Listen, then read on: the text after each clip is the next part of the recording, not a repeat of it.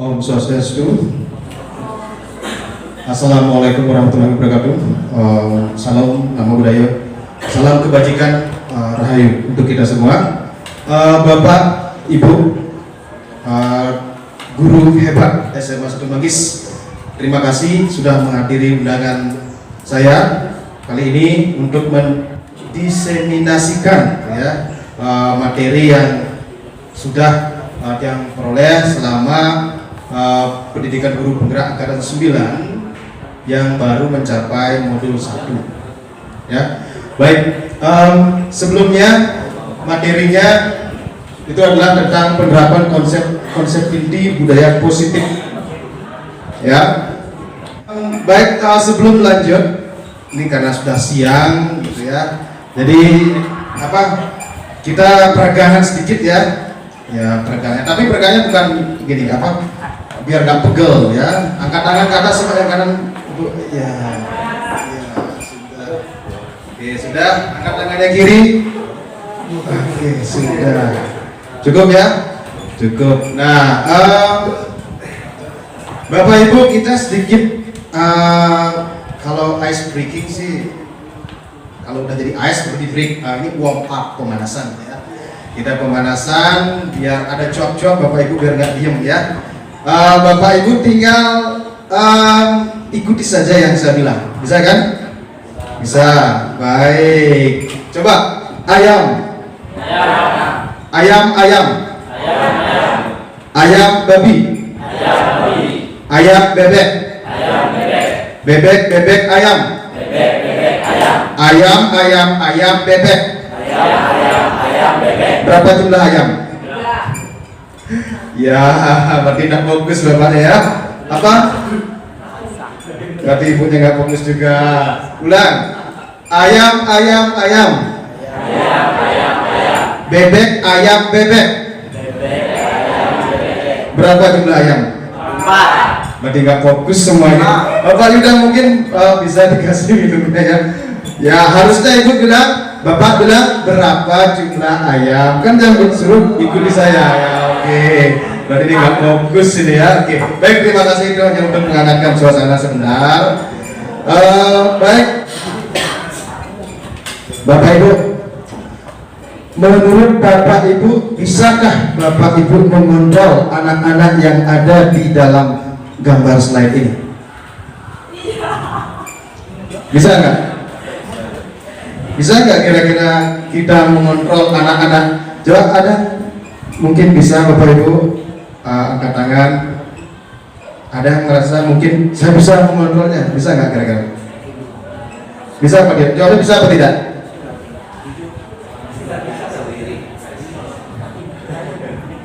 Bisa? Tidak?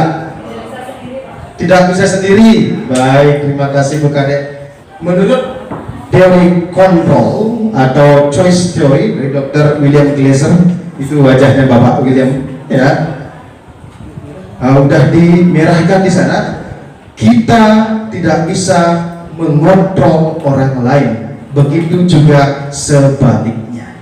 Jadi kalau Bapak Ibu merasa nggak bisa mengontrol anak-anak kita yang spesial itu, jangan bersedih, karena memang kita nggak bisa mengontrol orang lain ya.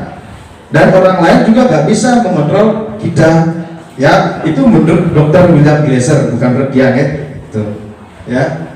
Jadi menurut choice theory ini, realitas kita berbeda dan setiap orang mempunyai gambaran yang berbeda. Bagusnya kita, bagusnya orang lain tidak sama ya.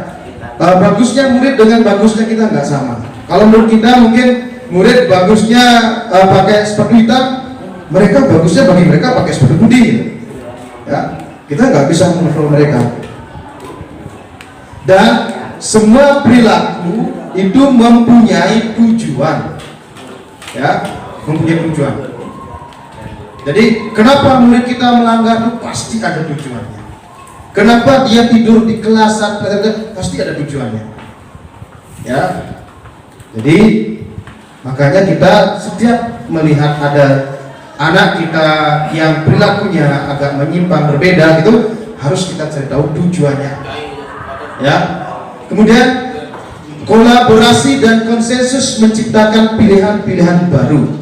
Jadi ketika ada anak-anak yang bermasalah tidak bisa sendiri, benar kata Bu Kadek tadi, ya, tidak bisa satu orang mungkin wakil siswa A atau BK aja nggak bisa. Kuncinya adalah kolaborasi, ya, kolaborasi dan konsensus kesepakatan. Ya. Jadi kalau tidak ada kolaborasi di sekolah, maka tidak akan bisa, ya. Kemudian model berpikir yang kita pakailah menang-menang.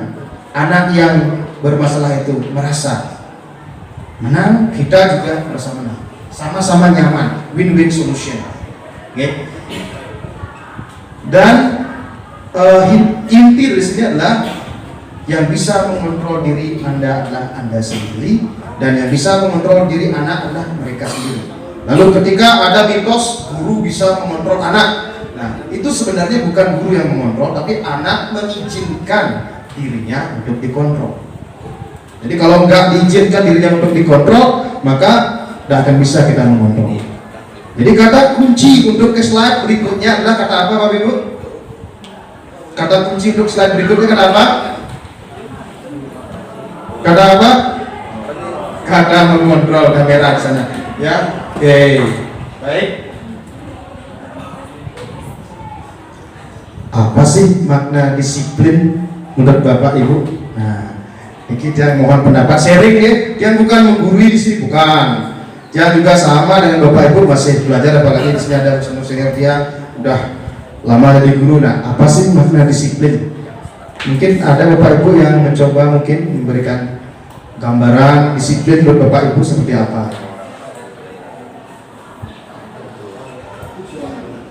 Ada? Mungkin yang adik-adik yang baru mungkin apa sih makna disiplin? Kalau menurut saya Pakai mic biar kedengaran. Ya, biar suara cantiknya kedengaran. Yes. Jadi kalau menurut saya pribadi itu adalah mentaati segala hal yang telah kita buat atau yang telah kita sepakati, baik itu dengan sekolah ataupun dengan diri kita sendiri. Tepuk tangan. Ya, bagus sekali. Mentaati, tadi ya, mentaati. Ada pendapat lain mungkin? Dah ya. Baik. Kadang-kadang kata disiplin itu ketika di Indonesia kita dengarnya pasti arahnya serem kan. Kalau nggak disiplin ujungnya menyakitkan, ya, ujungnya dihukum, ya, harus patuh. Kalau nggak patuh berarti bahaya. Nah itu. Kalau seperti itu menurut Bapak Ibu pengertian disiplin itu muncul dari dalam apa faktor luar. Betul sekali Ibu ya. Jadi faktor luar, ya. Nah, sedangkan disiplin yang kita harapkan adalah ini menurut Diane Gorzen. Kalau tadi Bapak William, sekarang Ibu Diane. Kelihatan ya wajahnya. Ya. Disiplin adalah bagaimana cara kita mengontrol diri. Kunci yang merah tadi kan.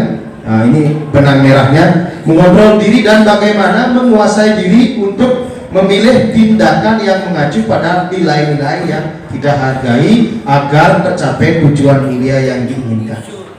Jadi kontrol diri sebenarnya, ya, bukan, kalau bisa bukan karena faktor eksternal, tapi karena memang internal kita, keyakinan kita. Oke, jadi keyakinan kita untuk melaksanakannya. Memiliki disiplin diri berarti bisa bertanggung jawab terhadap apa yang dilakukan karena mendasarkan tindakan pada nilai-nilai kebajikan universal. Ini mungkin belum dengar, ada yang udah nih. Kalau dia baru guru penggerak yang baru dengar kata kebajikan universal, ya, itu yang mendasari disiplin kita. Okay. Kebajikan universal. Ada yang pernah membaca gitu? Sedang ya? Oke. Nah, kata kuncinya untuk ke slide berikutnya itu, ya. Oke, ada yang kira-kira mau coba? Mungkin Pak Mahadi? Mic-nya. Oke, Pak Mahadi. Oke, terima kasih. terima kasih atas kesempatannya Pak ya. Iya. Kalau yang pribadi yang terlintas di pikiran saya mendengar kebijakan universitas, Kebijakan. sorry, Iya. kebijakan universal adalah kebijakan Kebajikan. atau tindakan kebaikan. Kebajikan yaitu tindakan kebaikan yang terlintas di pikiran saya mengenai kata kebijakan, sedangkan universal mungkin terlintas di pikiran saya itu umum atau menurut. Itu saja sih. Terima kasih. Berarti kebaikan yang umum atau menurut, yakin? Nggak mau tukar dengan di kantong saya? Oh, oke, terima kasih. Mungkin. Oke, terima kasih Pak Mahadi. Luar biasa sekali ya jawaban beliau. Oke, bisa tepuk tangan dulu Pak Mahadi. Mantap. Nah, ini dia kebajikan universal. Benar. Kebajikan itu adalah nilai-nilai yang hilang. Ya. Nilai-nilai yang disepakati bersama yang baik, ya, disepakati bersama terlepas dari apapun agamanya, sukunya, negaranya, universal.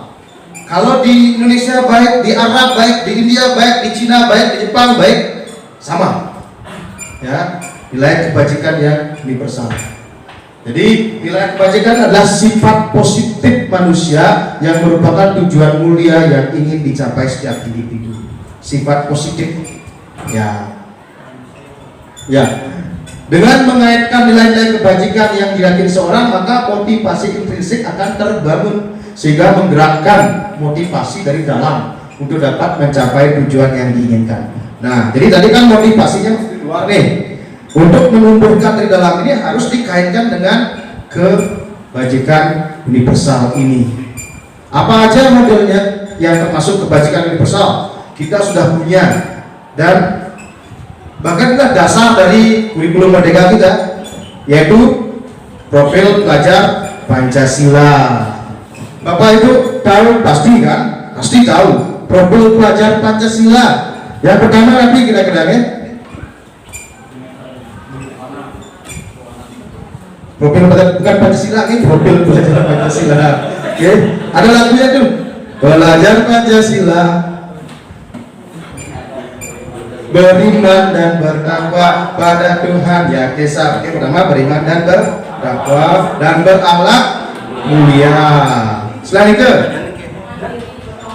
mandiri, gotong royong, tadi balik berkebinekaan global. Sekarang udah bineka kita ya, udah ada Bu Dias, udah ada Bu di mana Bu Yuliana, udah sembuh di sana Yuliana. Mungkin nanti akan semakin global kebinekaannya.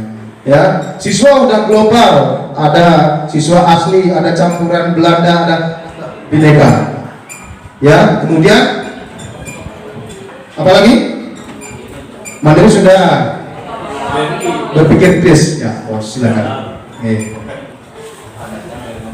Baik Bapak Ibu, kita lanjutkan ya sambil menikmati kudapan yang ada. Sekali lagi profil pelajar Pancasila yang pertama itu adalah beriman dan bertakwa pada Tuhan Yang Maha Esa dan berakhlak mulia. Kemudian mandiri, gotong royong, berkebinekaan global, kreatif dan bernalar kritis. Baik, itu adalah salah satu contoh ya, salah satu contoh dari kebajikan universal, konsep-konsep kebajikan universal. Nah, ada lagi yang lain banyak, ada dari IBO Primary Years Program, ada 9 pilar karakter, ada dan lain-lain. Silakan Bapak Ibu nanti search di Google ya, lebih lengkapnya jangan tampilkan. Intinya adalah di profil pelajar Pancasila semua sudah terangkum di sana. Oke. Baik. Nah, tadi di sini yang merah adalah kata motivasi. Jadi motivasi intrinsik akan terbangun sehingga motivasi dalam untuk dapat mencapai tujuan mulia yang diinginkan. Berarti berikutnya akan mengarah ke teori motivasi. Nah, bagaimana kita berperilaku? Mengapa kita melakukan segala sesuatu? Apakah kita melakukan sesuatu karena adanya dorongan dari lingkungan atau adanya dorongan lain? Apakah Bapak Ibu mungkin atau mungkin anak-anak yang di dalam lemari itu, kira-kira motivasi mereka apa? Apakah menghindari ketidaknyamanan, ataukah mungkin ingin mendapatkan apa yang mereka mau, uang, hadiah gitu misalnya? Ya. Menghindari aturan, ya. Jadi menghindari ketidaknyamanan ya, karena mereka itu mau harusnya pacaran, gitu. Tapi mereka nggak ikut, nggak nyaman mereka pacaran, menghindari ketidaknyamanan. Ya, baik. Nah, ini teori motivasi masih dari Ibu Diane Gozen. Di sini ada 3 motivasi perilaku manusia. Ya, mungkin Bapak Ibu ya sama kita pasti pernah termotivasi oleh 3 hal ini. Ada motivasi eksternal, ada motivasi internal. Yang eksternal sih satu, untuk menghindari ketidaknyamanan atau hukuman. Dia pribadi pernah mengalami pagi-pagi biar gak absennya hijau muda, menghindari itu ketidaknyamanan atau hukuman, diberi hukuman kalau lambat atau dimarahi mungkin oleh kepala sekolah gitu. Yang kedua, untuk mendapat imbalan atau penghargaan dari orang lain. Kalau nggak dapat imbalan, kita nggak melakukan, ya. Coba Bapak Ibu nanti sore bantu mengawasi kemah pramuganya. Aku semua. Nah, itu motivasinya imbalan, ya kan? Misalnya anak-anak juga begitu, ya. Motivasinya banyak imbalan. Jadi mereka mau membantu, Pak. Nasi mana sih, Pak? Mana sih? Kalau nggak mana sih yang hilang. Jadi begitu seperti itu, ya. Itu motivasi eksternal. Sebaiknya kita melakukan tugas kita sebagai seorang pendidik atau menumbuhkan dalam diri anak-anak motivasi internal, yaitu untuk menjadi orang yang mereka inginkan dan menghargai diri sendiri dengan nilai-nilai yang mereka percaya. Jadi kita mengajar di sekolah bukan karena gajinya, bukan karena sertifikasinya, tidak munafik, tapi itu adalah sebuah bonusnya. Ya, kita berusaha harus mencintai dalam diri kita. Ya. Kalau memang Pak Ibu merasa sejati guru itu pasti, ya, ada seninya di sana. Sebagai penuntun, Ki Hajar Dewantara mengibaratkan kita sebagai petani. Ya, anak-anak itu benih-benih yang kita semai, benih-benih padi yang kita tanam. Ya, itu. Kita nggak bisa mengubah anak yang memang terlahir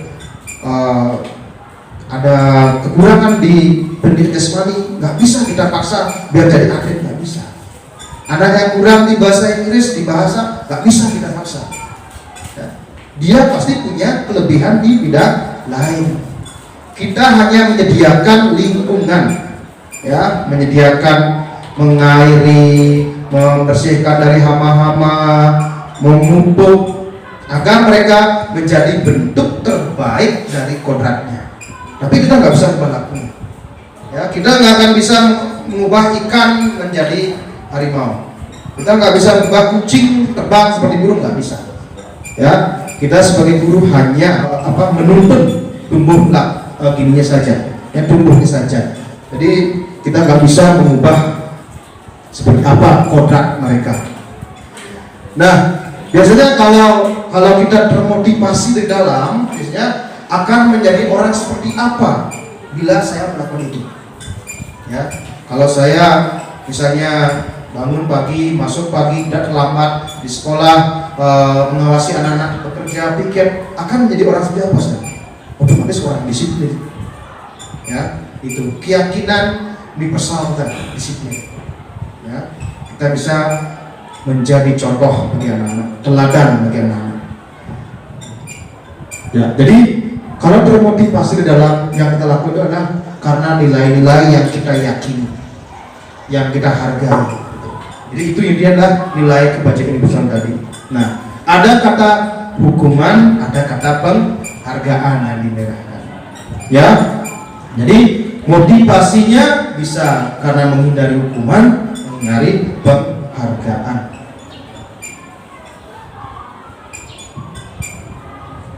Mungkin Bapak Ibu sudah pernah mendengar hukuman kan? Nah, konsekuensi juga sudah kan? Restitusi sudah barusan kan? Ya, sudah dengar. Jadi hukuman, konsekuensi, restitusi. Menurut Bapak Ibu kira-kira apa sih perbedaan antara hukuman, konsekuensi, dan restitusi? Kalau hukuman, gimana tuh hukuman kira-kira? Kalau kita dihukum gimana? Adanya tindakan fisik bisa saja. Ya.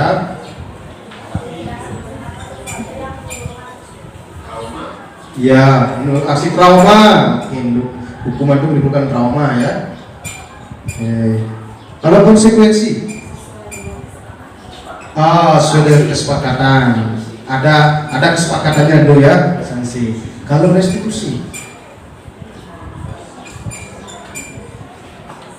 baik. Nah inilah tugasnya dengan Pak yang masuk ke dalam untuk mengimbaskan tentang ini. Ya, baik kita awali dengan yang pertama, hukuman. Hukuman itu tiba-tiba, tidak diharapkan, sangat melukai, menyakitkan. Tiba-tiba tidak ada kesepakatan, ya, hukum murid lama atau murid lima sepatu putih, padahal di peraturan nggak ada. Anak-anak dicopot, tidak pakai sepatu, langsung dicopot sepatu, itu hukuman. Ya, jadi anak-anak disuruh berjalan tanpa sepatu, sepatu disita. Nah, padahal tidak ada kesepakatan, itu hukum. Kemudian dibuat guru, tidak ada kesepakatan dengan murid. Nah, di peraturan sekolah kita mungkin dibuat guru, murid nggak dilibatkan. Ya, kemudian tidak nyaman untuk murid dalam jangka waktu panjang dan korban mendapat keadilan. Nah, kalau ada hukuman, kalau misalnya anak melakukan pembulian, korban merasa dapat keadilan, nah dia dihukum gitu. Tapi untuk yang pelaku, karena kita nggak hanya melindungi korban, pelaku juga. Nah, pelaku tersakiti ya, dan sistem hukuman ini tidak akan berjalan. Nah ini fakta kita di sini. Sistem tidak akan berjalan bila murid tidak takut, ya kan? Karena kan keluar, saya naik kelas gitu, tidak naik kelas kan? Saya peduli, ngomong bohong gitu ya, gitu dalam hati muridnya, omong doang gitu ya, sebarkan ke adik-adik tingkat dan calon-calon murid baru, ya, nggak ada apa-apa di sana gitu ya. Kemudian, nah, jikapun dia takut, murid akan membenci peraturan dan bahkan gurunya, itu. Ya, kemudian mendorong menyalahkan diri dan membentuk konsep diri buruk. Anak-anak yang lemah itu jiwanya, dia dihukum konsep dirinya buruk. Ya, aduh, saya orang jelek sekali, saya orang yang bahkan bisa sakit. Pernah ada anak yang udah pindah tuh, yang rambutnya merah itu, di bidang dia sakit sampai terpikirkan, kamu saya memang begini Pak, udah saya bilang sama Pak, nah gitu, sakit. Nah, itu hukuman. Dan murid akan belajar menyembunyikan kesalahan. Udah tahu dia akan dihukum, sembunyikan kesalahannya.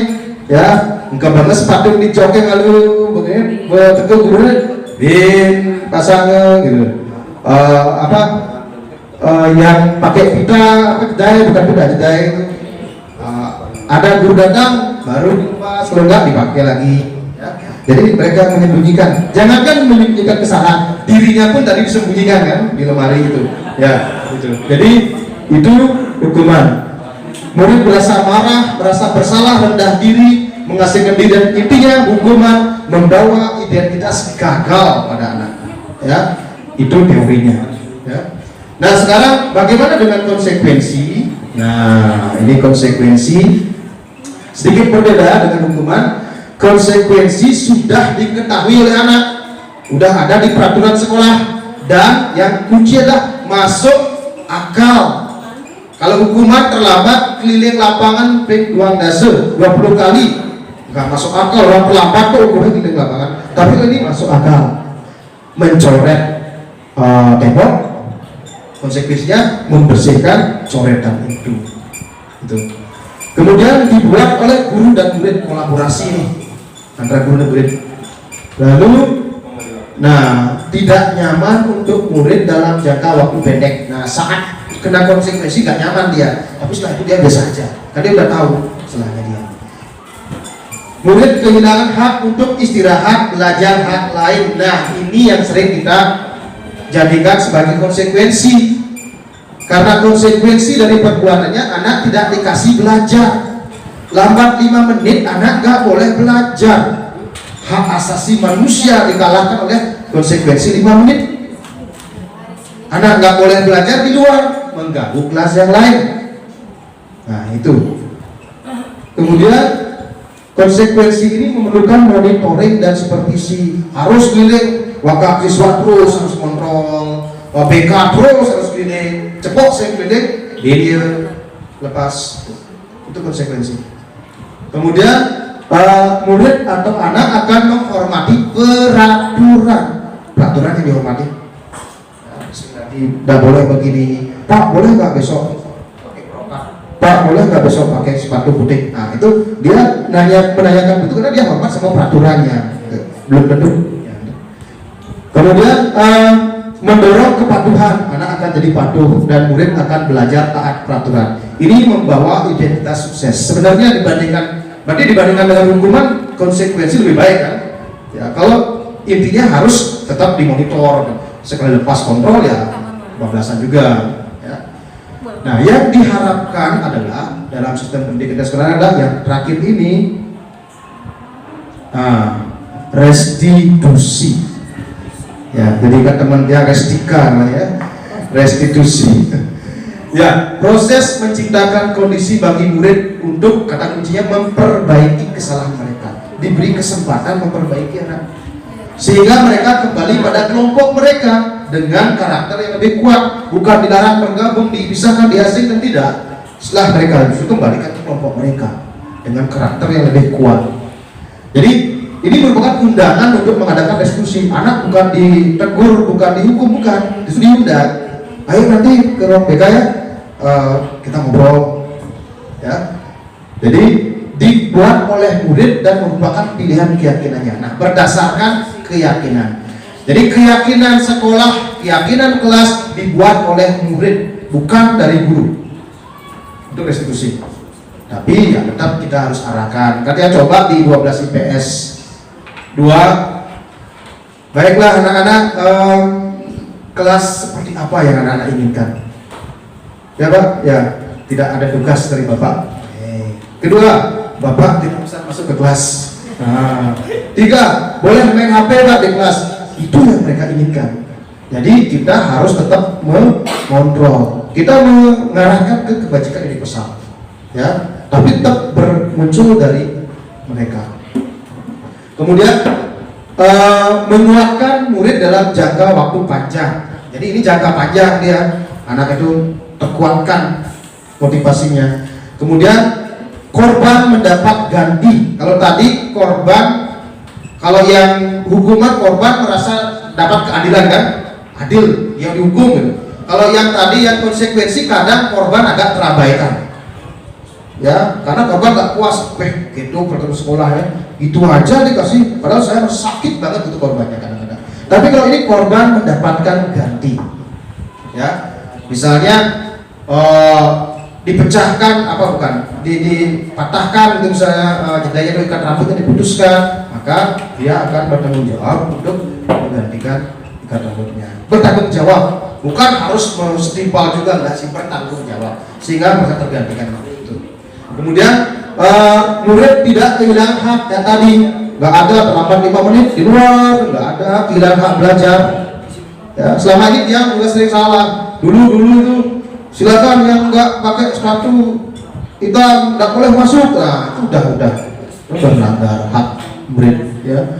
Kemudian mendorong disiplin positif. Anak akan menghormati dirinya dan orang lain, bukan peraturan, tapi dirinya dan orang lain dihormati. Dan intinya murid belajar memecahkan masalah. masalah. Nah, kalau restitusi ini murid belajar memecahkan masalah gitu. Masalah yang dia buat, belajar dia pecahkan. Baik, itu restitusi. Nah, sekarang terbaca ya. Agak saru-saru deska. Oke.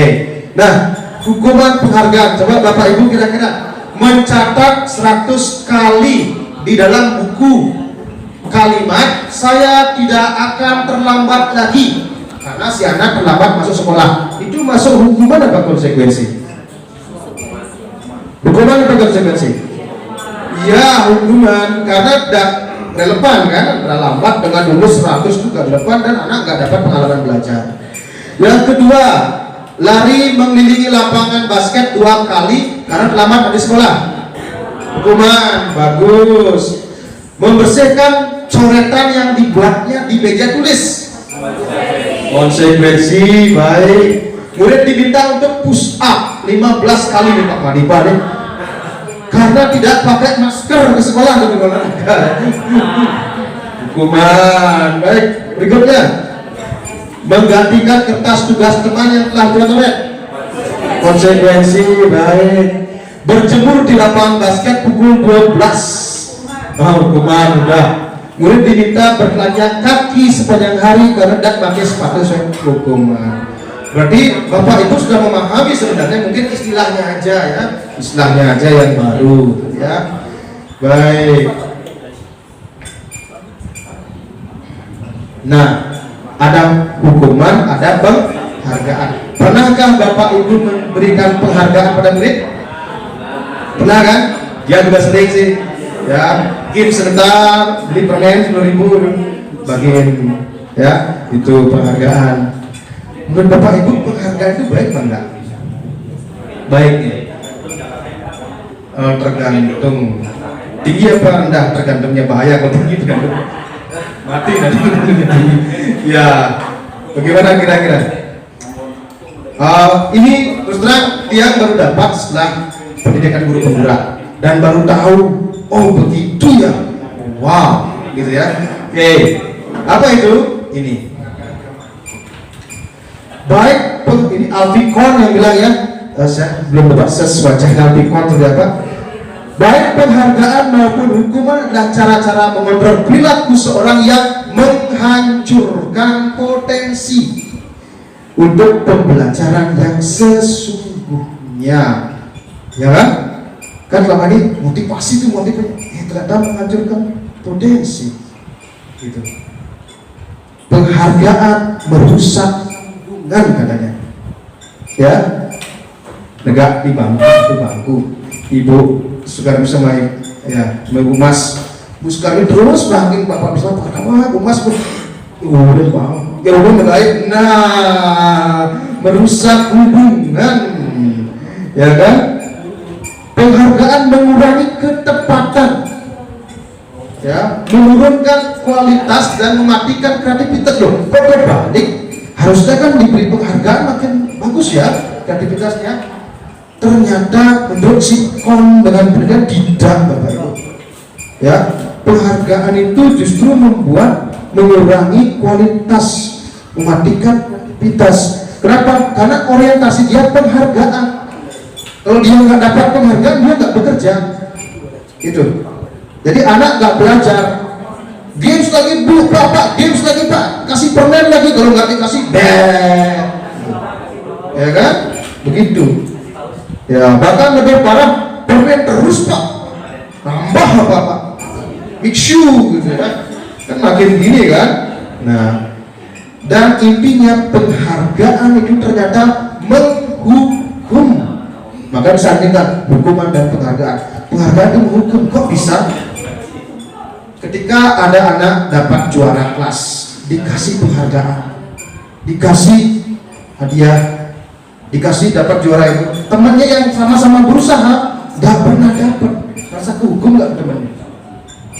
Ya, saya berusaha sama kok nggak dikasih, dia dikasih. Nah, itu.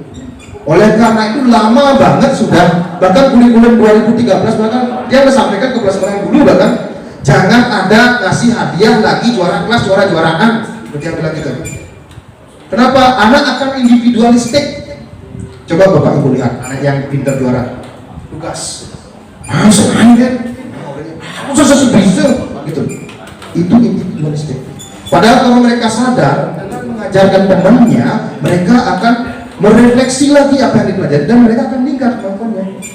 Itu semakin mereka satu, mereka berbohong, udah buat bilang dosa kan, bukan bohong kan, mereka berdosa. Kita melatih anak berdosa kan, udah buat aku enggak, aku semuanya segitu udah naik. Itu pertama. Kedua, anak tidak akan bisa berkolaborasi. Pak, apakah saat ulangan boleh dikasih contek aja? Bukan, saat prosesnya. Ya, kalau saat tes, saat ulangan itu mandiri. Ya, ketika sudah proses saling berkolaborasi, apalagi dia ulangan. Ya, karena bangsa kita individualis lah, makanya tidak bisa maju. Bangsa lain udah lama meninggalkan. Dulu dosen saya almarhum Bu Agung bilang, kalau ada di Amerika dia kuliah, dia bilang tetangganya, guru anaknya saya sempat ya, kalau udah masuk nanyakan ranking itu pasti orang Indonesia. You are from Indonesia, I know, itu dia. Ya, karena hanya orang Indonesia nanyakan ranking. Gitu. Kalau di Indonesia orang tua ranking anaknya nggak dikasih, tidak pun gurunya, Pak, mana ranking anak saya? Nggak termotivasi anak saya, gitu orang tua. Bahkan guru pun gitu, asik terus saya ranking-rankingan. Padahal itu adalah menghukum. Itu anak nggak bisa berkolaborasi. Itu tetap uang komite kita gunakan untuk menghukum jadi selama ini kan, bukan memotivasi. Itu motivasi eksternal. Ya. Bahkan ranking itu agak aneh. Ranking 1 di kelas itu anak yang nggak pernah juara. Ada anak yang juara tinju nasional tuh, harusnya itu ranking 1. Bukan anak yang di sekolah dapat matematika 8, bahasa Inggris 10, tapi nggak pernah juara mana-mana, tingkat lokal aja. Bandingnya tuh mana yang lebih harus ranking 1, ya kan? Itu klasik sekali seperti itu. Baik, kita kembali ke berikutnya. Jadi itu menurut Alvin Kohn, ya. Nah, sekarang sebelum kita bisa menerapkan yang lain-lain seperti restitusi, memotivasi secara internal, itu intinya adalah keyakinan kelas. Yang beberapa kali sudah mencoba tapi tidak terdokumentasi dengan apik seperti Pak Sutarno tentang keyakinan kelas. Sudah 12 ya. Nah, keyakinan kelas ini kenapa perlu? Ya, kenapa perlu keyakinan kelas? Karena keyakinan kelas ini menekankan pada keyakinan seseorang untuk lebih memotivasi dari dalam. Nah, keyakinan kelas itu awalnya dari mana Bapak Ibu? Awalnya dari peraturan. Di kelas kita minta anak-anak peraturan seperti apa yang anak-anak minta di kelas. Ya, misalnya tidak boleh main HP di kelas, tidak boleh masuk kelas terlambat, tidak boleh, tidak boleh yang negatif. Nah, peraturan yang dibuat ini kita jadikan kesepakatan. Setelah peraturan jadi kesepakatan. Apa bedanya? Kalau kesepakatan pakai kalimat positif. Ya, tidak boleh main HP di kelas, kita positifkan, menggunakan HP ketika untuk tujuan belajar saja. Tidak boleh datang terlambat, masuk kelas tepat waktu. Itu kesepakatan. Belum selesai. Kesepakatan kita jadikan keyakinan kelas. Keyakinan itu apa? Kita jadikan nilai-nilai kebajikan universal. Datang ke kelas tepat waktu, itu kira-kira kebajikan universalnya apa, nilai keyakinannya apa? Apa kira-kira itu? Disiplin, bisa disiplin ya. Kemudian tidak membuang, tidak lagi membuang sampah pada tempatnya. Nilai apa itu? Kebersihan, bagus sekali ya. Menaruh, bukan menaruh, membawa uang ketika keluar saat istirahat, nilai apa? Waspada, bisa, keamanan, bisa kan?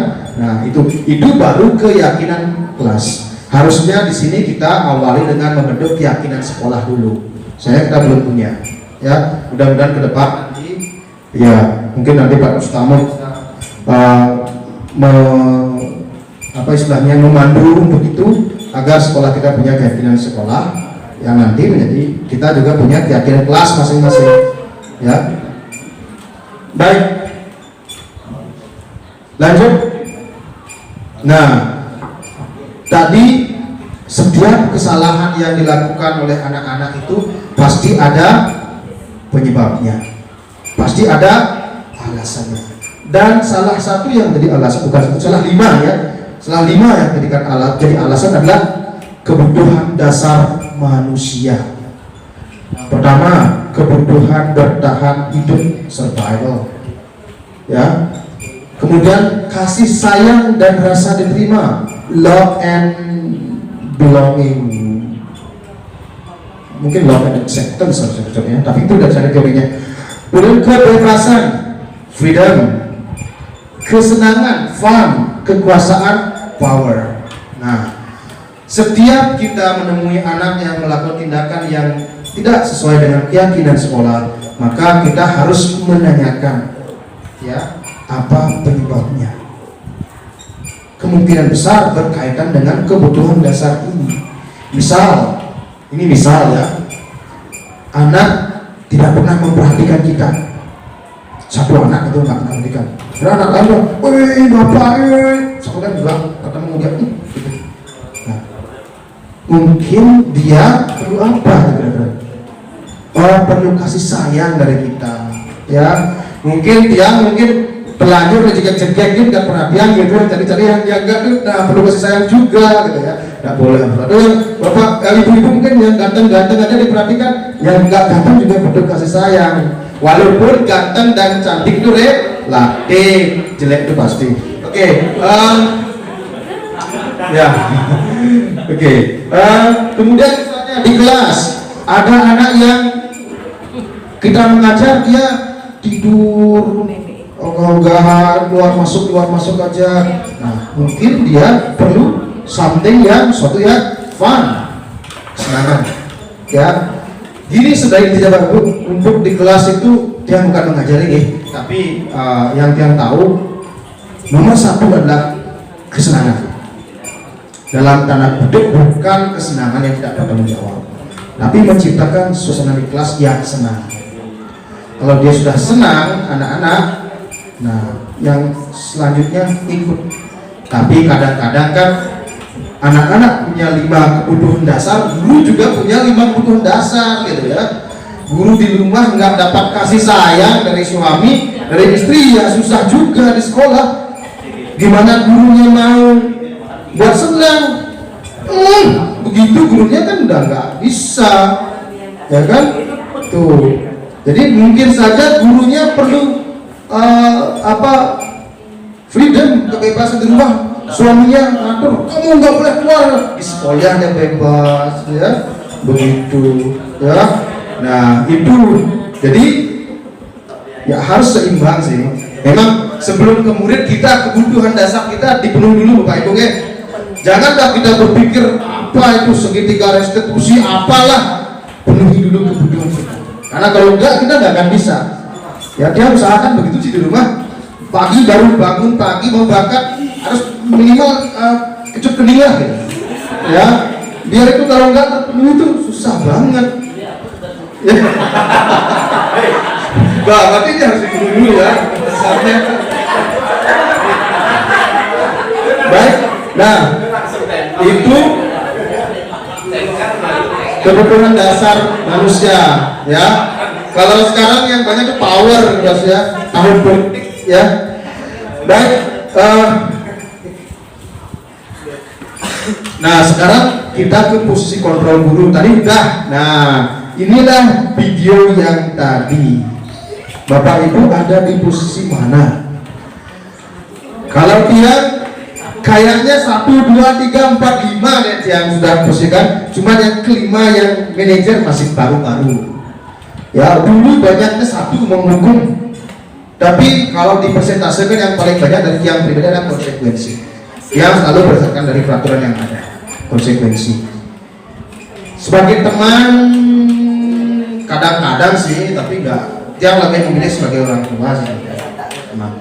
Ya, jadi kalau hukum kan sudah ada kan, jadi tidak sesuai dengan, tidak ada aturannya, dia pokoknya kamu keluar, itu langsung. Padahal di sekolah nggak ada, keyakinannya nggak ada, kesepakatannya nggak ada. Kemudian kalau pembuat merasa bersalah ya memelas dia ya. Dewa, tolongnya Dewa ya, demi bapak ya, Dewa ganteng deh, itu misalnya ya, tuh memelas.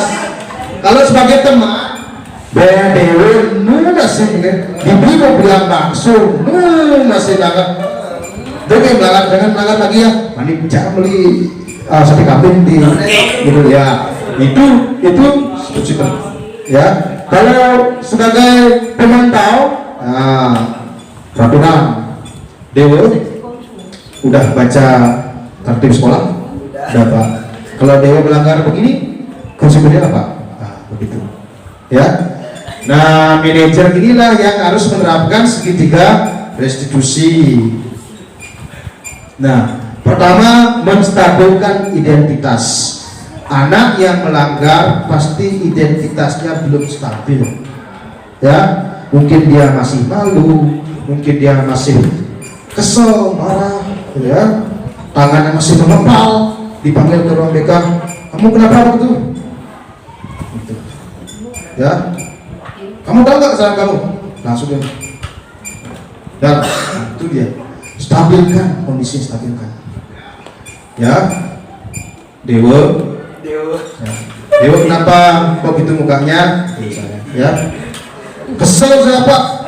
Ya, masa pasok bilang saya babi? Nah, gitu misalnya. Ya, itu. Jadi kan, saya nggak terima Pak terus dibilang begitu. Ya. Lalu kita stabilkan. Oh gitu ya Dewa, wajarlah Dewa marah. Bapak aja dibilang gitu pasti marah. Posisikan, tapi jangan selalu pakai diri kita. Bermani metajen, oh bapak nak metajen, masih jangan. Nah, ada orang yang pernah begitu juga, tidak kamu aja, orang lain pakai yang pas keras negatifnya. Ya, jadi mulutnya mohon maaf. Itu kayak ada yang menyentuh sensitif yang perempuan. Oh bapak juga pernah menyentuh, jangan, itu jangan. Ya, jadi kita pakai orang lain. Ya. Ada yang begitu, tidak hanya kamu saja. Nah, jadi setelah basa-basi setelah stabil dia, baru kita validasi tindakan yang salah. Ya. Jadi murid pasti mempunyai alasan. Nah, dia bilang, terus Dewa apakan si pasar? Wah, langsung Pak, saya pukul, langsung besar tuh. Wah, betul. Dewa pasti punya alasan bagian itu kan? Ya Pak, untung baru saya pukul sedikit. Itu sebenarnya baru saya mau carikan pasukan biar dibantai ya. Wah, untung Dewa nggak melakukan itu kan? Kalau sampai Dewa melakukan itu, ada akibatnya. Ya Pak. Jadi Dewa tahu nggak apa yang Dewa langgar dari keyakinan sekolah atau sekolah? Iya Pak, itu misalnya apa? Saya harus menghormati orang lain, walaupun orang lain menghina saya, tetap saya harus menghormati, tidak boleh melakukan kekerasan. Ya, tapi dia sudah menanyakan keyakinan. Nah sekarang tadi solusinya, ya sekarang gimana Dewa mau menyelesaikan masalah dengan pasar? Saya akan ke rumahnya Pak, minta maaf. Kalau dia parah sakitnya, mungkin saya akan mengantarkan dia ke puskesmas. Gitu. Terus Dewa cari uang gimana, dapat uang? Oh nanti saya sisihkan bekal saya Pak. Saya kasih bekal sedikit sih Pak, cuma 100.000 per hari gitu Dewa ya. Mungkin begitu. Ya. Jadi teorinya begitu. Nah, cuma terkadang ketika yang sudah coba beberapa kali terapkan, dari beberapa hari ini sih asik sih menerapkan gitu, mungkin Pak Ibu boleh coba gitu, coba terapkan gitu. Kalau untuk kasus-kasus ringan lumayan, kemarin ada anak buahnya Bu Kadek Swati itu yang berokok itu, dia coba institusi, wah sayang dia nggak bawa kamera. Ada anak Pak Budi ya, ada yang institusi juga yang bawa dasi itu, solusinya bagaimana? Oh saya beli aja dasi Pak sekarang, dia nyadarin kesalahannya. Ya, kadang-kadang kita kan pesimis dulu, teori, boleh coba gitu kan, begitu kan? Ya, kadang-kadang kita pesimis dulu, sama kayak anak, Hewan Pak bahasa Inggris. Gigit cara nih aja, badan aja. Ya kan? Tuh gede bahasa Inggris ya. Jadi begitu. Jadi seperti itu kita harus coba dulu memang untuk kasus yang berat. Kemarin Agustina tuh Bu Kadek yang coba restitusi. Kumat kayaknya bin kuat bin kumat ya. Jadi memang ya mungkin antara saya yang belum fasih menerapkan restitusi atau mungkin untuk kasus berat mungkin itu bagus sudah bahan penelitian nanti ya untuk itu. Baik, nah ini udah segitiga restitusi ya. Itu menstabilkan identitas sudah kita sampaikan tadi. Ini contoh yang coba restitusi itu ada Nika, ada Mita. 1. Andika dilaporkan oleh Febri karena telah menjambak rambutnya hingga ikat rambut kesayangannya putus. Andika pun dipanggil ke ruang BK. Di ruang BK, Andika menghadap dengan Bapak Wayan. Andika, tadi Febri melaporkan bahwa Andika menjambak rambutnya hingga membuat ikat rambut kesayangannya putus. Apa benar? Benar Pak, saya kesal sekali sama dia Pak. Dia berkali-kali mengejek saya. Saya dibilang babi lah, saya dibilang gendut lah. Wah, pantesan Andika kesal. Bapak juga pasti kesal kalau ada yang mengatai Bapak seperti itu.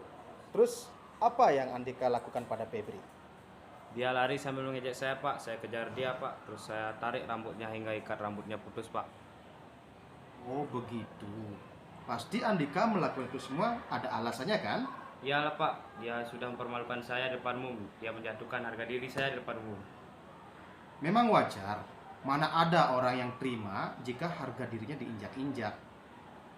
Benar Pak, untung saja saya cuma menarik rambutnya. Padahal saya ingin sekali meremas mulutnya bawel itu. Syukur sekali Andika tidak memilih melakukan itu kan? Andika masih punya kesabaran dan memilih untuk tidak berbuat yang lebih parah lagi bukan? Iya Pak. Nah, sekarang coba lihat kembali tindakan Andika yang menjambak rambut Febri sampai ikat rambutnya putus. Apakah sudah sesuai dengan keyakinan kelas dan prinsip Andika? Tidak Pak, tidak sesuai. Keyakinan atau prinsip mana yang menurut Andika tidak sesuai dengan tindakan Andika itu? Hargai orang lain Pak. Andika meyakini tidak kalau menghargai orang lain itu penting buat Andika? Yakin Pak. Baik, setuju. Namun ada juga keyakinan kelas yang perlu dipertahankan ketika sedang marah, bukan? Ya Pak, saya harus banyak bersabar dan mengontrol diri saya. Baik, kalau Andika sudah meyakini hal ini, menurut Andika, Andika akan jadi orang seperti apa? Orang yang tidak gampang terhasut oleh ejekan orang lain Pak. Baiklah kalau begitu. Lalu sekarang bagaimana Andika akan memperbaiki permasalahan dengan Febri? Saya akan minta maaf dan mengganti ikat rambutnya Pak. Bagaimana Andika akan mengganti ikat rambutnya? Saya akan membelikan ikat rambut yang baru Pak. Terus dari mana Andika mendapatkan uang untuk itu?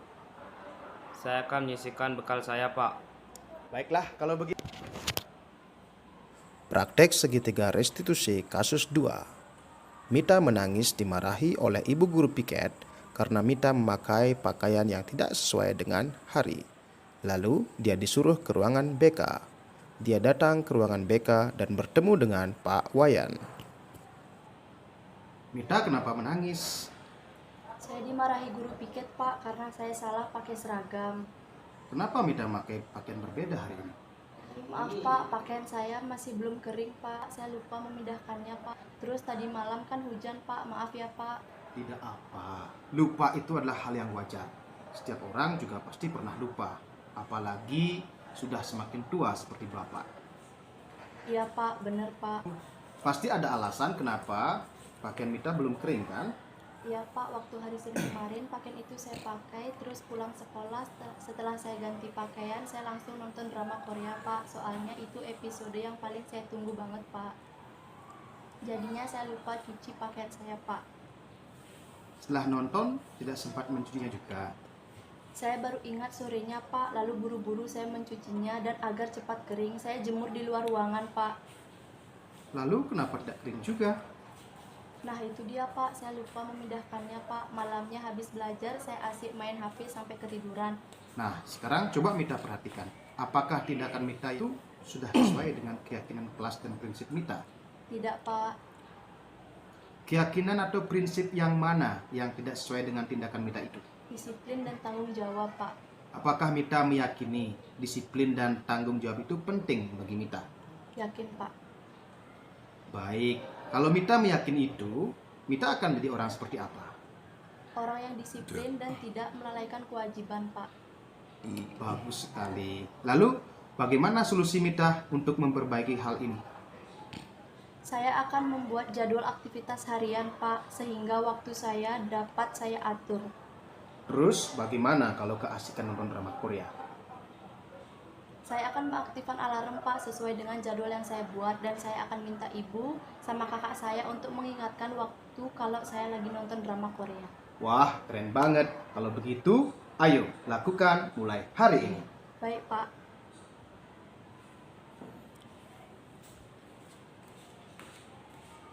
Saya baru pertama kali mengalami pembinaan seperti ini. Biasanya ketika saya melakukan kesalahan, saya pasti dimarahi atau dihukum. Seperti berdiri di depan kelas, tidak boleh ikut pelajaran, dijemur di lapangan, dan lain-lain. Sehingga saya merasa down dan merasa sangat bersalah. Bahkan jujur, seringkali saya dendam dan benci dengan bapak atau ibu guru yang memarahi dan menghukum saya. Padahal kesalahan yang saya lakukan pasti ada alasannya. Kan seperti tadi, siapa saja bisa berbuat salah, termasuk bapak atau ibu guru. Saya senang sekali kalau pembinaan siswa dilakukan seperti ini. Penanganan permasalahan siswa dengan segitiga restitusi adalah sangat senang sekali. Ternyata guru tidak harus selalu menangani kesalahan kami dengan cara memarahi, membentak-bentak, bahkan sampai menghukum kami dengan berjemur di samping tiang. Baik, Bapak Ibu, kira-kira jawab dalam hati saja. Di posisi mana yang sering Bapak Ibu lakukan? Ya, silakan jawabnya Bapak Ibu yang tahu. Sesi diskusi. Oke. Sesi diskusi. Bapak Ibu silakan kalau ada pertanyaan, maaf agak alay dikit pertanyaan. Alay lebay jabla enggak ada biasanya. Baik, silakan Bapak Ibu kalau ada yang tanyakan pause. Yang tadi juga boleh tanyakan lagi. Oke, silakan Bapak Ibu. Oh, silakan Pak Budi, Pak Budi.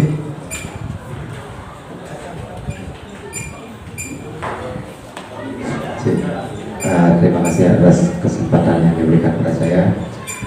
Di sini saya pernah menerapkan berkaitan dengan kesepakatan kelas sebelum pembelajaran dimulai. Istilahnya pada semester lalu, terutama di kelas 12 IPS. Nah, jadi kesepakatan yang ditentukan oleh siswa, siapa yang bermain HP itu nyanyi ke depan, ya istilahnya hal-hal yang bersifat menghibur, tetapi saya batasi agar tidak mengarah ke hal-hal yang negatif itu. Nah, tetap di antara ketiga kelas itu di PS2 bahkan sampai Kesa itu bahkan dia yang masih tahu saya kalau saya tidak tahu temannya bermain HP, bahkan berkaitan dengan IPS 2 itu si Kesa itu mau mengikuti pembelajaran itu, terus IPS 3 juga bisa seperti itu. Nah, tetapi di sini saya punya kendala, terutama di kesepakatan kelas di IPS 1, sempat saya kebingungan juga ya. Kesepakatan kan kalau berbuat hal-hal yang di luar dari apa yang kita sepakati itu ya nyanyi atau lain sebagainya. Tapi ada seorang siswa kalau disuruh ya dia melanggar kesepakatan, terus disuruh melakukan apa yang kita sepakati, tapi jawabannya gampang sekali, tidak bisa Pak. Nah, di sanalah saya kebingungan.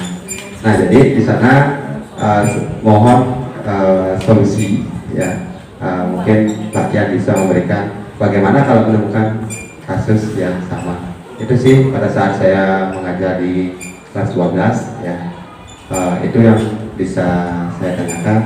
Saya ucapkan terima kasih. Oke, terima kasih Pak Budiade.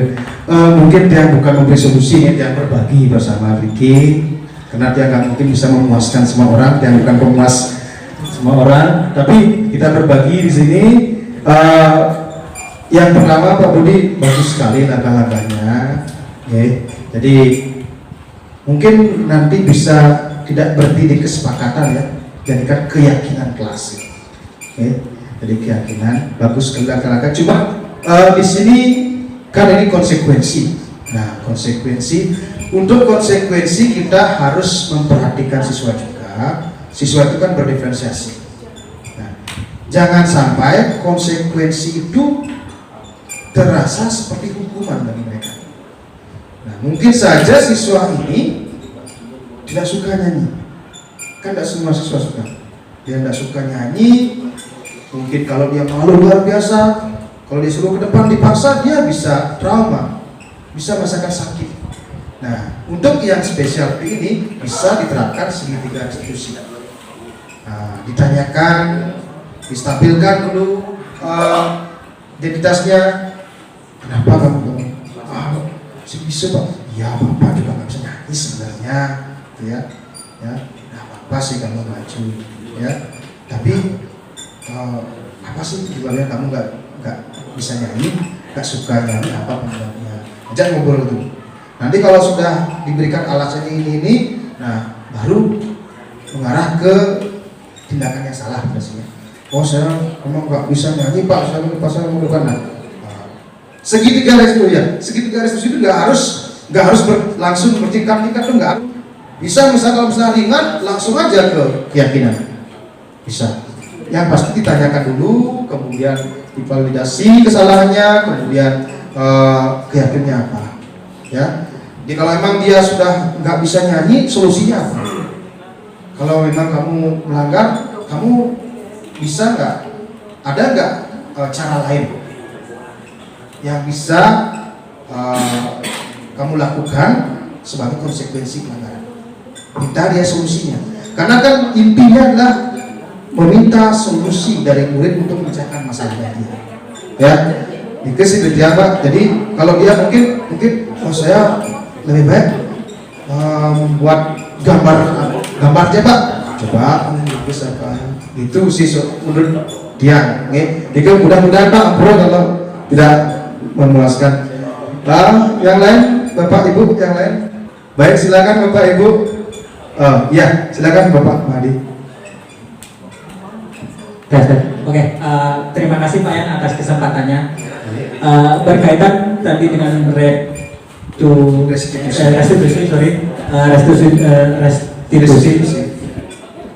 Tadi kan ada 5 poin role kan penghukuman. Oh, 5 posisi kontrol. Ya, posisi kontrol. Yang saya poinkan sekarang di manajer. Oke. Untuk poin manajer itu yang memiliki kelemahan sebagai guru dan tingkat kesabaran. Oke, saya salut dengan Pak Yan ketika mengajar kelas 12 yang sebegitu nada tingginya sampai Pak Yan masih bisa tenang dan mengontrol ego dan emosi.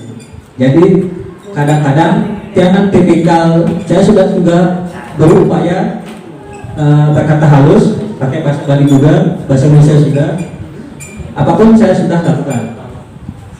Jadi terkadang ketika saya sudah merasa rawas tiang sampun halus, tapi kok feedbacknya malah mereka lebih tinggi, lebih berontak dan lebih tidak terkontrol. Nah, tiang kan tipikal kadang-kadang tiang takutkan adalah tiang kelepasan. Sampai terhitung sampai saat ini tiang kelepasan 2 kali dengan menggunakan kata-kata yang mungkin tidak pantas saya ucapkan untuk anak-anak. Dan itu juga menurut yang membuat yang kepikiran dan tidak nyaman sampai 2 hari masih kepikiran. Nah, tiang sadar dengan posisi tiangnya masih kurang begitu sabar untuk menghadapi tipikal anak seperti ini.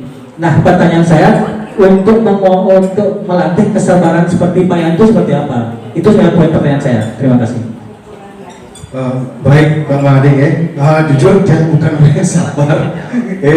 Mungkin Bapak Ibu guru yang senior tahu seperti apa yang tipikalnya. Tapi Pak Mahdi kita sharing bersama-sama. Jadi tiang tipikal karena gini, kodrat alam, kodrat zaman. Kodrat alam itu apa? Kodrat yang kita bawa sejak lahir. Kalau dulu teori tabula rasa, yang lahir itu kertas kosong tulis sih, sekarang enggak. Teorinya adalah teori konvergen di mana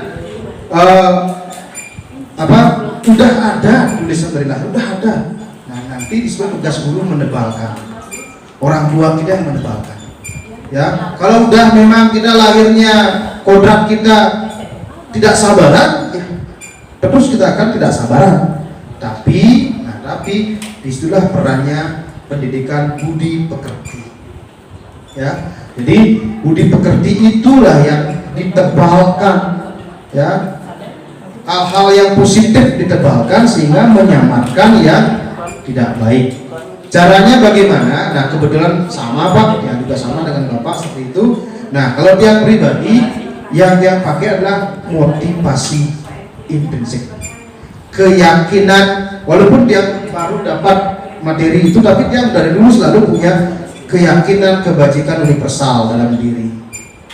Jujur, dia orang yang dari keluarga pas-pasan. Ya, kalau dibilang dia nggak perlu uang, bohong. Dia salah peluang. Cuman tiang datang ke sekolah ini dari persentase uang dibandingkan dengan memang keyakinan diri saya jauh lebih tinggi keyakinan diri saya. Ya. Kalau saya membina anak biar sampai jam 6 sore pun oke, kalau tidak dikasih apa oke. Kalau saya pribadi asal ada waktu saya suka sekali. Bahkan saya jahil sering mencampuri lomba-lomba lain, sering saya campuri gitu ya. Ya, ada LKTI iseng-iseng bareng, ada lomba bahasa Indonesia iseng-iseng juga bareng. Karena memang keyakinan diri saya, ya, yang saya lakukan semuanya adalah atas kehendak Tuhan. Mohon maaf yang berbicara dengan siwa, segala tindak tanduk saya adalah ada biang, gitu. Jadi, nah. Bapak kan punya faith, punya keyakinan kan, punya faith, kepercayaan Tuhan kan. Nah, jangan Tuhannya ditinggal, itu intinya. Ketika ada anak nakal kita marah, Bapak marah, berarti Bapak ninggalin Tuhan. Saat saya marah, saya nggak perlu Tuhan di sana ya, biar saya marah. Ajak Tuhan. Ketika murid nakal, ajak Tuhan. Ya, dalam hati om Tuhan, ajak Tuhan. Ketika Tuhan bersama kita, maka solusi pasti akan muncul. Dia kemarin aja berangkat ke Denpasar lagi 1 jam. Kalau saya berangkat ke sana 1 jam, saya nyampe telat, terus ada revisian tesis, saya akan rugi ke sana, rugi waktu, bahaya, bisa kecelakaan di jalan. Tapi saya gini, Tuhan, siwa, datanglah bersama saya. Ayo berangkat ke Denpasar, sampai tek, udah datang. Gitu ini revisian kamu, wow, amazing gitu. Jadi keyakinan dari dalam diri. Tapi mohon maaf, saya bukan ahli agama, bukan ahli surga, Pak. Tapi itulah keyakinan dalam diri saya. Oke, Pak Madi. Jadi kita bersama-sama yang banyak kekurangan. Oke. Baik, ada lagi Bapak Ibu? Oh, oke, silakan Pak Dewas, Pak Dewo sebenarnya dari tadi pengen dan sering bertanya berdiskusi dengan Pak Dewo ya. Silakan Pak Dewo. Terima kasih untuk sebenarnya presentasinya sudah sangat baik sekali, bahkan mengcover beberapa yang ingin saya tanyakan di awal barangkali. Mungkin ini sedikit aja, mungkin lebih teknis nih, kayak segitiga restitusi tadi kan ada tentang menanyakan keyakinan siswa. Nah, itu yang dapat tadi, keyakinan itu kita pancing dalam diri anak nih, keyakinannya itu. Nah, sedangkan seperti yang kita tahu, anak-anak dikit kan kadang keyakinannya bisa melebihi atau luar nalar kita kadang. Karena inputnya kan banyak, sudah dari yang kakak kelas, dari yang sudah tamat, bahkan di masyarakat pun ada selentingan. Nah, gimana saat kita menangani siswa yang khusus tadi yang harus kita melakukan segitiga restitusi, anak ini kita berikan input yang baru untuk keyakinannya itu, karena untuk menumbuhkan keyakinan yang kira tidak semudah itu kan. Apalagi tadi kan 5 kebutuhan manusia salah satunya kan menyenangkan kan, dan freedom juga. Sedangkan sekolah itu image-nya kan mengikat sebenarnya, atau mengekang kebebasan, atau mungkin tidak menyenangkan lah kadang. Apalagi saya ngajar matematika, kalau saya tanya di kelas, mungkin siapa yang suka matematika mungkin tidak lebih dari 1/5-nya mungkin, atau 1/4-nya mungkin yang benar-benar bilang suka. Mungkin itu PR saya juga dan teman-teman guru matematika agar anak itu senang. Cuma di sini yang saya tekankan adalah keyakinan anak itu memang ke sekolah tuh memang ingin belajar, ingin meraih cita-cita, ingin menjadi lebih baik. Karena yang tanya juga beberapa anak yang nakal, bukan nakal sih, anak yang spesial itu, yang tanya ke temannya, apa di pelajaran bapak aja nih ini bermasalah anak ini? Oh enggak, apa semua juga digituin gitu. Memang berarti bukan ke saya atau bukan personal ya, jadi memang masalah ke anaknya. Mungkin itu aja, terima kasih. Terima kasih Pak Dewo. Tapi yang kurang setuju satu hal Pak Dewo, jangan dengar di YouTube matematika ilmu yang menyenangkan gitu katanya. Ya, oke. Berlesu ya Pak Dewo ya. Yang pertama niki sebenarnya dalam sekali ya Pak Dewo. Kalau dia pribadi mungkin terlalu kecil untuk menjawab itu ya, karena ini sudah sistematik, sudah terstruktur dan masif ya. Jadi inti dari pertanyaan yang Dewa sampaikan bukan jawaban yang dia berikan, tapi sharing. Intinya adalah kolaborasi. Jika itu belum ada di sini dengan maksimal, maka tidak akan bisa. Bukan salah anak-anak, bukan. Dia walaupun dia sering mengeluh, tapi dia tidak pernah merasa menyesal yang ditugaskan oleh Tuhan di tempat ini. Karena anak-anak di sini covernya begitu ya, covernya. Tapi dalamnya anak-anak kita itu lugu, ya, hatinya masih murni. Jadi jangan sampai anak-anak kita yang lugu, yang murni ini gara-gara covernya kita hancurkan mereka. Nah, masalah keyakinan di Pak Dewa itu harus mulai dari keyakinan sekolah. Kalau keyakinan sekolah belum ada, gimana anak-anak bisa yakin? Ketika kita saja, diam saja belum punya bisa memunculkan keyakinan dalam diri dia, bagaimana dengan anak-anak? Nah, kita aja belum punya keyakinan seperti itu, janganlah bicara anak-anak. Ya, anak-anak salah wajar, guru salah kurang ajar. Itu dia.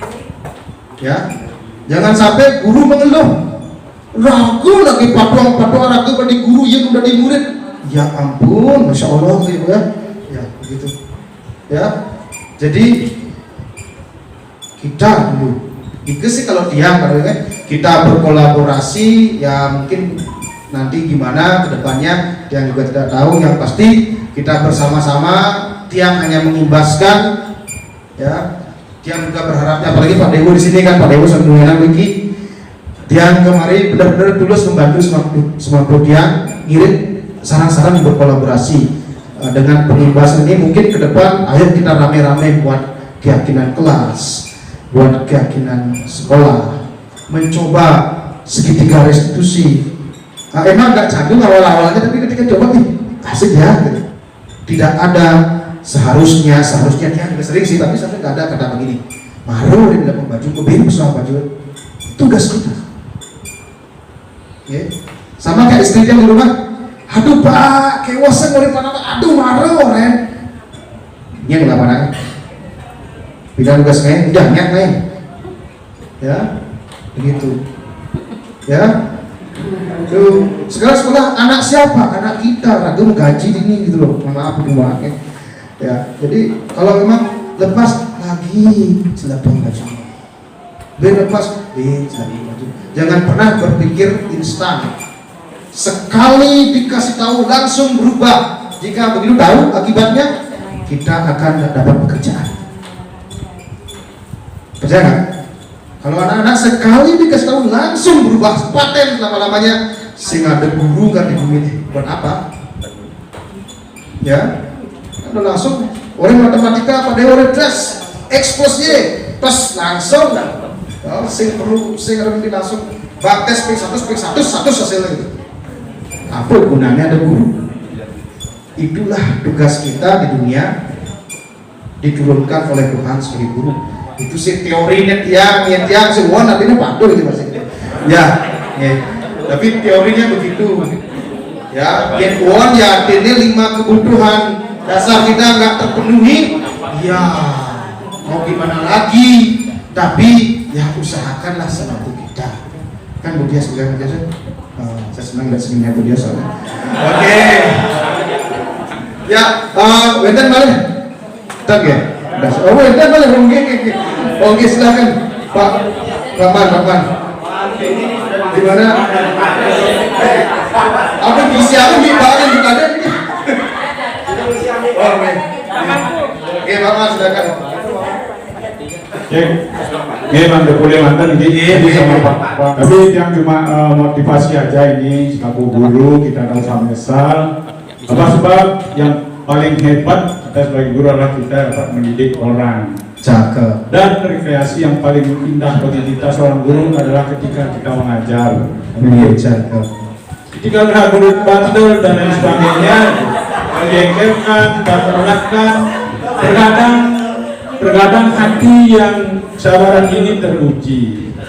Namun kita harus sadar bahwa hadirkanlah bahwa itu satu gambaran, satu di antara ribuan atau ratus yang kita didik, nanti salah satu di antara mereka mungkin akan menarik tangan kita menuju surga. Luar biasa Pak. Ya, terima kasih Pak Man. Baik, mungkin itu closing statement dari Pak Man ya, guru senior kita di sini. Bapak Ibu, mungkin lama sekali yang kita waktunya. Dia mohon maaf jika ada penyampaian yang mungkin tidak berkenan atau menyakiti atau membuat perasaan tidak enak. Tidak ada maksud yang seperti itu. Dia hanya berusaha mengibaskan apa yang dapat agar kita bisa berkolaborasi bersama-sama membawa sekolah kita ke arah yang lebih baik, karena itulah tugas kita sebagai seorang guru, menuntun murid menjadi bentuk terbaik dari kodratnya. Dia ngakhiri dengan Paramasanti. Om Santi Santi Santi Om. Waalaikumsalam warahmatullahi wabarakatuh. Salam, nama budaya, salam kebajikan untuk kita semua. Rahayu. Sukses Bapak Ibu.